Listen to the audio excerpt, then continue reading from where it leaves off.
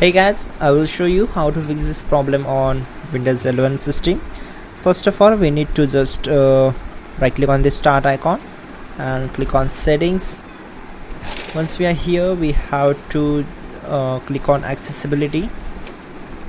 On this window, just keep scrolling down until we found the keyboard section from the interaction. So click on it and enable this option on screen keyboard. So once we are here, we have to go to search bar and type here RUN and click here, then type here REG edit, click on OK. Just minimize this and select as.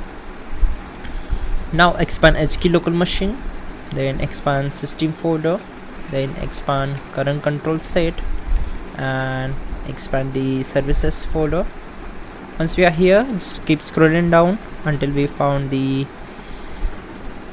I8042 port. So click on it and on the right side right click on start, select modify, and we have to change the value data as to 1. Then click on OK, close this window and then just restart the system and your problem will be solved. That's it guys. Don't forget to like the video and please do subscribe the channel. Please do check out the pin comment.